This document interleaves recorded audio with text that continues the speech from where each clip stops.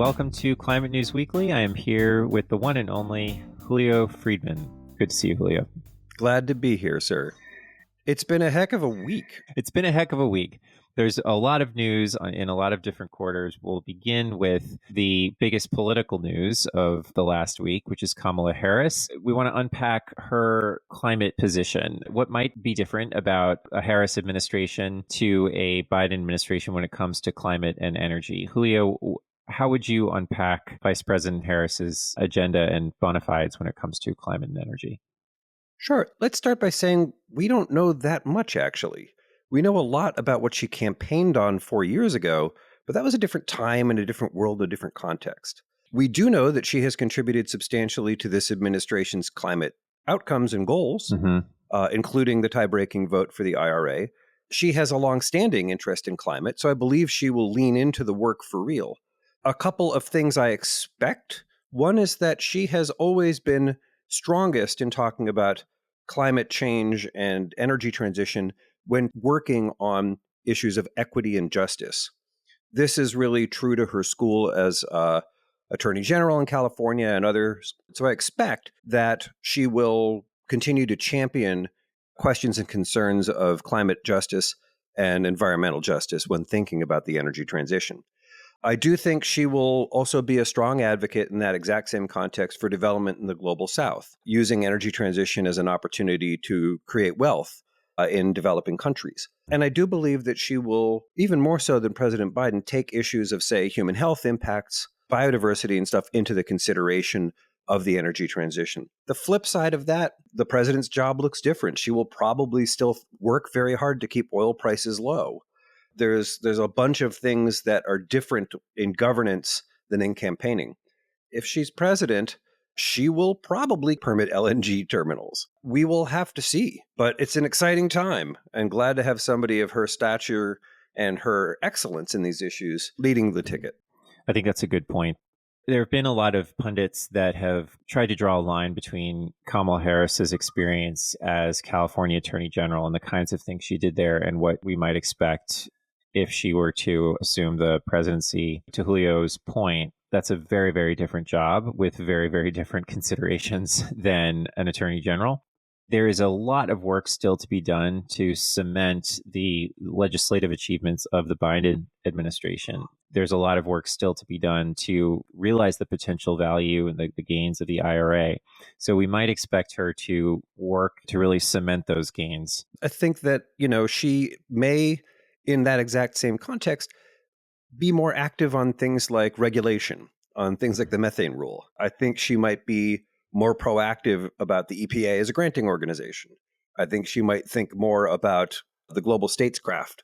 And Julio, actually, this sort of brings up a question in my mind, which is we were sort of gifted this amazing piece of legislation, the IRA, which has led to so much innovation and investment and all kinds of interesting things.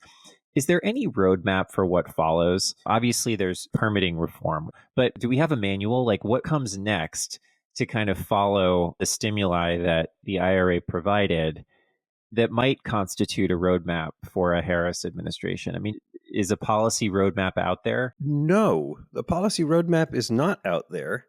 And part of the reason why is that it's less about policy right now. Implementation is prose, not poetry. Implementation is about getting permits filed, getting communities to agree. It is about trade-offs in construction and operation. That's the hard work, actually. And frankly, you don't want to be too prescriptive about that from a policy thing because you have many, many different contexts and concerns. I do think that in order to get that done, you do need communities to get to yes. Thinking about the Harris administration as somebody who would take community issues very seriously, maybe that's a way to get through logjams. Maybe that will increase delays. I don't know whether it's a plus or a minus, but I do believe there will be a lot of focus there. Well, we will be tracking that, and I'm sure there will be more stories to report on in the months ahead on the campaign and what that will mean for climate and energy transition. So moving to the other side of the world, story about China this week. The title was Why the Era of China's Soaring Carbon Emissions Might Be Ending. And so this article was in the New York Times and reported on various analysts seeing, quote, promising signs from the world's biggest emitter of greenhouse gases. So essentially, as I understand it, Julio, the picture is that a number of factors in China have led to what might be a plateau this year in the growth of emissions. So this is not 100%, but it looks like it might be happening. It doesn't necessarily mean, though, that emissions are about to decline. However, last year, China installed more solar panels than the United States has in its history. It is also true, though, that the sector responsible for a third of China's emissions, which is the housing sector, has cooled substantially. So all the supply chain emissions associated with building stuff have declined dramatically. And that's very likely not a permanent thing. So I'm curious how you metabolize this news and what do you make of this potential plateau in China's emissions? Let me start by saying I look forward to having this discussion with our colleague and friend Dina Cappiello, who's been in China recently. A couple of things. First of all, I like all the caveats in the title and in this story. There's a lot of things that still have to break for China to decrease or plateau right now. Some of that's weather dependent. Some of that's LNG import dependent. Some of that is supply chain dependent. Like you said, the housing market has cooled off, which has been leading to decreased emissions. That could reverse. We don't quite know. Still, it is inevitable that Chinese emissions will plateau. Why is that? It's going to happen this year, or it's going to happen next year, or it's going to happen the following year. And there's a couple of reasons why. One of them is just their slowing economic growth. Mm-hmm. Second is the greening of their grid. They are building enormous amounts of renewables, and their coal capacity factor in the power sector is diminishing somewhat. It's modest, but it is diminishing. The swing in that emission is hydropower. For a couple of years, they've had low hydropower. This year, they look like they have good hydropower. So it might mean that it may decrease or plateau in 2024. That would be awesome. And this is inevitable. Xi Jinping has committed to do this by 2030. China often does this. Their stretch goals are very unimpressive, and then they deliver ahead of schedule. And they use that as a negotiating tactic in things like the Conference of the Parties at the UN. So I do think that this is inevitable. I would also reiterate what you said. A plateau is not a decrease. Other power plants still exist. If they continue to have strong economic growth, or if they have stronger economic growth than they have recently, all those plants will ramp up and there will be more emissions. It is also the case that it takes a long time for the existing assets to work their way out of the system. So even if they have great EVs, and even if they have great electrification of things, the existing stocks will still exist and will still operate for a long time, whether that is trucks or planes or power plants or steel mills. Even though we should celebrate a win if China actually plateaus this year, that is not the same thing as deep, rapid reductions. That requires a completely different mindset of either early retirements of assets, carbon management, fuel switching to things like green hydrogen. It requires a really different sensibility to get deep, profound, rapid abatement. Yeah. There were two little details here, which I just thought were interesting. So in May, China generated 53% of its electricity from coal, which is the lowest share since the Chinese government began publishing energy data several decades ago. And I would add, saying that the lowest fraction of coal in China's grid does not mean less coal. The total abundance, the total volume is still at record highs. Yeah. Total emissions are about the full volume, not about the fraction. And the other point is that as goes China, so goes the world, right? It's likely that the moment that China's emissions have peaked, it's very likely that that will be the moment that we can say the world has begun to reduce its emissions. We are not there yet. They continue to increase year over year. Hopeful signs here, not cause for kind of standing up and declaring victory yet. Oh, no, not at all. So moving back across the pond, this is more of a local story, but illustrative of sort of the bumps along the way. GE Vernova Inc., which is the company that has been building the turbines that are supplying the Vineyard Wind project, which is south of Martha's Vineyard in Massachusetts, faced difficult questions from investors on Wednesday after a major accident shut down construction there. Caused that company's share price to decline 5%. This temporarily closed the beaches on Nantucket Island.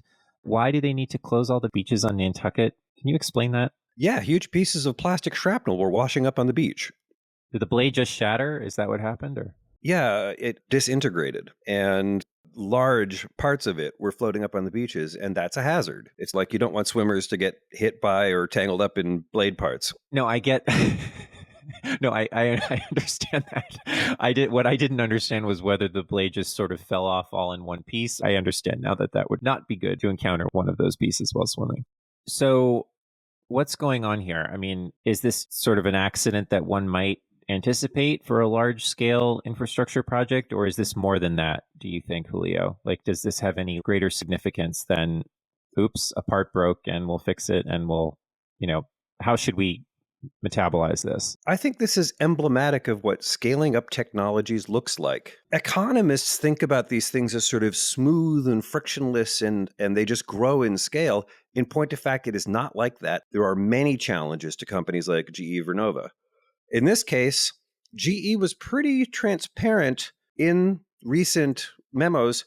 They basically said, oops, this was a failure on our part. It was both a manufacturing failure around the glue that they used to make these really big turbines, and then a quality control failure after that. Just to sort of remind everybody, and I'm quoting an article here in Bloomberg, which came out last week. Vineyard Wind is one of the industry's marquee projects, and it became the largest operating offshore wind farm in the United States this June 2024, when its 10th turbine started sending power to the grid. So this is a working, operating offshore wind farm.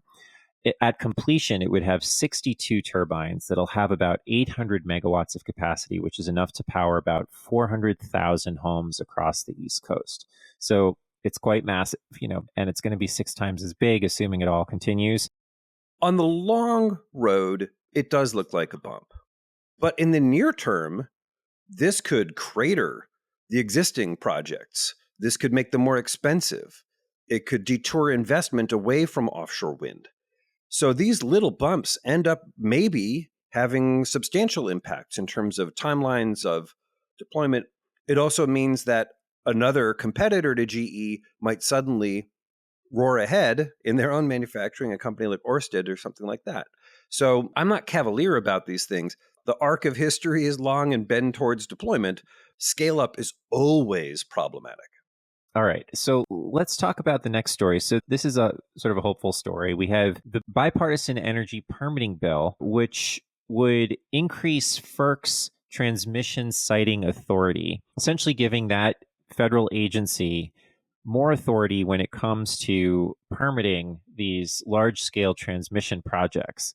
FERC being the Federal Energy Regulatory Commission. The bill was proposed by Democrat from West Virginia, Senator Joe Manchin, and Republican Senator John Barrasso from Wyoming together. And some of the key components of this bill, which make it interesting, are that number one, it would set a goal of permitting 50 gigawatts of renewable energy projects on federal land by 2030 and 30 gigawatts of offshore wind.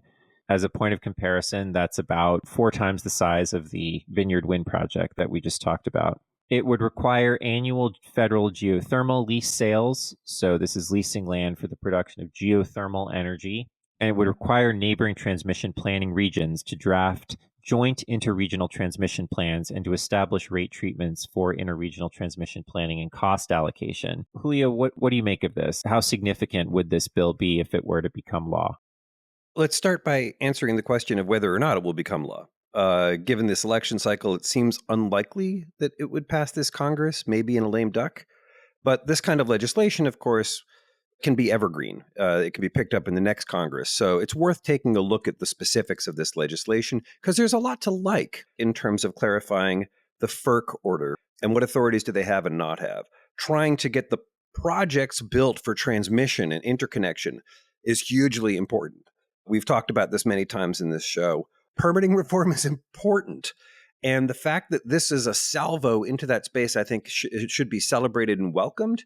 One of the key aspects of it is a limit on when you can file a suit. It doesn't limit people's ability to sue, but it does limit the timeline. You got a small amount of time to file your grievance. That will prompt more organization. and prompt people to focus on what they consider to be really the most egregious concerns.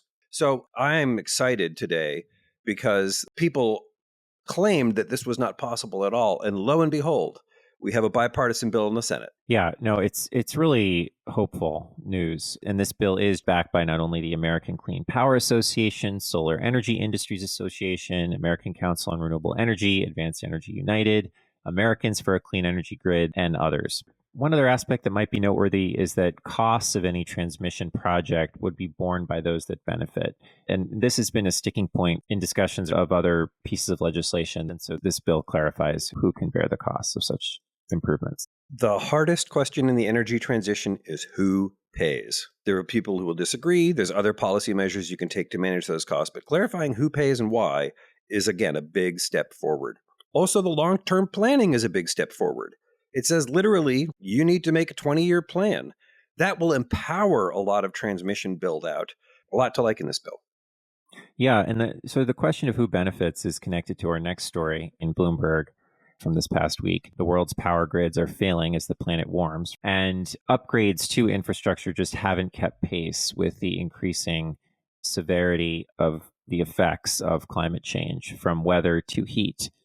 Increasingly it's becoming clear that grids around the world are not up to the challenges that climate change presents. And so weaknesses in transmission that weren't thought to be there are showing up around the world, from Texas to Albania. Julio, any thoughts on this particular story? Well, especially in the U.S., a lot of our grid infrastructure was really built and designed in the 30s and 40s. It's been around for a long time and in a much cooler world. The combination of wildfires, extreme heat, extreme winds, all of these things are not what the grid was built for. That is also true in other parts of the world to a different extent. Kind of ironically, because China's grid is so new, they actually have a very resilient grid. People have talked for a long time about putting all of these power lines and stuff underground. That is extremely expensive, actually. It's a factor of 5 or 10 more money than just stringing up new lines.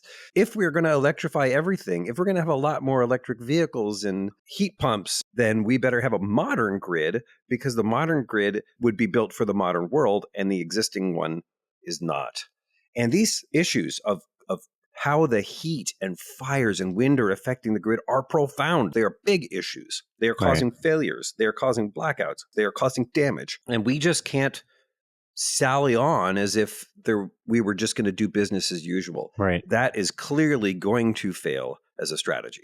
I mean, it's almost impossible to overstate how acute and how devastating this can become in such a short amount of time. I mean, if you live in around Houston, you relate to this, right? There was this idea over the past 10 years that we wouldn't need a big grid, that we would just have a lot of rooftop solar and that would take care of it. That is not proving true. We are building utility solar. We're building rooftop solar too, but that's not solving these issues. We are building offshore wind and a lot of onshore wind. We are looking at large nuclear power plants to run large data centers. We're still wed to the grid and it's going to expand. Mm-hmm. So these issues are going to multiply in the near future. In another story, the EPA, Environmental Protection Agency, has awarded $4.3 billion to fund projects in 30 states. So this money is going to go out to 25 projects that target greenhouse gas emissions from all sectors. So transportation, electric power production, commercial and residential buildings, industry, agriculture, waste, materials management. These are grants that are paid for by the 2022 Inflation Reduction Act, which included $400 billion in spending tax credits to expand clean energy production. Julio, any thoughts on this story? So the EPA as a granting agency is kind of new. And so this is one of their first big pushes. So we'll see how that goes. It's noteworthy that it's a big change. I think it's a positive change, but we'll see how it goes. Mm-hmm. Having worked in government giving grants, like how you do the selection, how they're administered, this ends up being important. Second thing, generally speaking, these are not just targeted to climate pollution. They are often associated also with other kinds of pollution control. The transportation projects are good examples of that, where part of the job here is not just building electric infrastructure, it is also reducing NOx and asthma causing chemicals. It is reducing particulates and sulfur, cleaning ports. oftentimes you're getting this double benefit. A lot of the EPA programs are really sort of aimed at that. Some of them are aimed at countering what we were just talking about. They're actually about strengthening the distribution grid to make it more resilient so that disadvantaged communities have better electricity service as well as cleaner electricity service. So, in many cases, these programs at the EPA are aimed at disadvantaged communities and multiple benefits, which is good. To bring it full circle, if we actually have a Harris administration, I would predict there would be more of these kinds of things. Yeah. Some of these grants are quite substantial and quite exciting. I mean, $500 million to the Port of Los Angeles to reduce vehicle emissions through electrification, charging incentives, low emissions vehicles at the port, which is very important. You also have a grant to Lincoln, Nebraska, $300 million to reduce emissions from buildings. Could lead to an 80% reduction by 2050 of all that city's building emissions. In the Midwest, this money is going to agricultural emissions. In the Northeast, $450 million to accelerate the adoption of heat pumps, air source heat pumps to reduce the energy needs associated with heating and cooling in the Northeast. So very interesting stuff. There ends up being a lot of inertia, and positive momentum kind of associated when you have kind of a slug of money like this. Everyone becomes focused on, all right, well, what do I have to do to get those dollars? And that will survive the shorter term changing winds. And it sort of reorients people toward these new societal objectives. It creates both positive and negative momentum. So on a national scale, yeah, you get more cities wanting to do this. You get more asset bases like the Port of Los Angeles wanting to do more.